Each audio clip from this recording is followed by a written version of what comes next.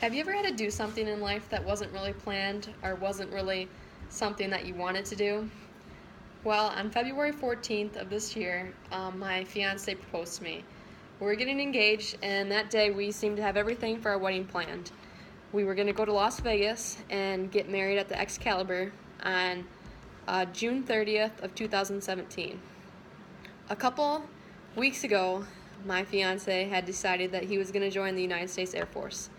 So if you know anything about being in the military, you know that you have to be married to get any kind of benefits that people who to get the benefits that your husband would get. So in order for me to get the benefits that Josh has, we had to get married sooner before he joined the Air Force. So that kind of threw off our whole wedding plan. So last weekend while we were at a lake, my sister became ordained through an online website, and she married us while we were at the lake with my family. So what I'm going to talk to you about today is why it is actually nice and convenient to get married through the courthouse or through a private minister or something and have a small wedding. The main thing that I think most of you know is that you're going to save a bunch of money. All it costs us to go to the courthouse and get our marriage notarized was $35. And the average money that is spent on a wedding each year is $26,000 per couple. That I just think that's kind of outrageous.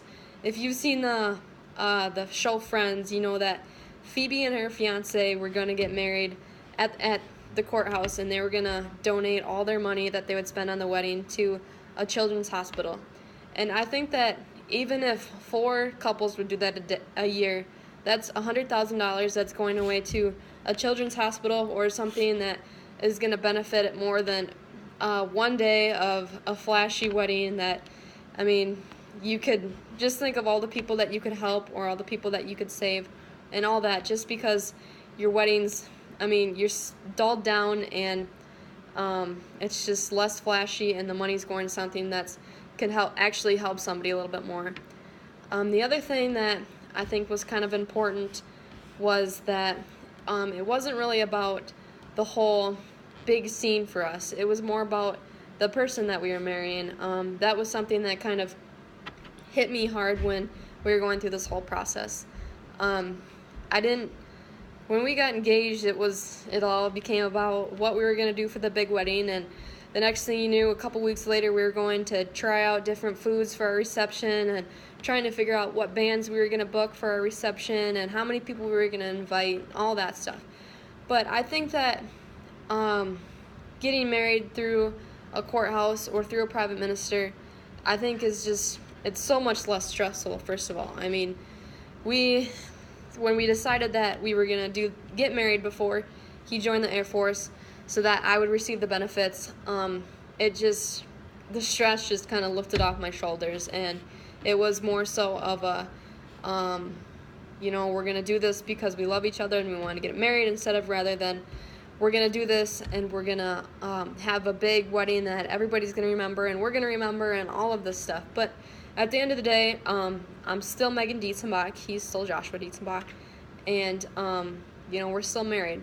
And I think that it's really important for people to understand that it's not all about the big wedding. It's not all about how many people are going to be there and how big the food's going to be and how great the band was. What is important is the person that you're marrying. And I think that happens that a lot of people lose sight of that.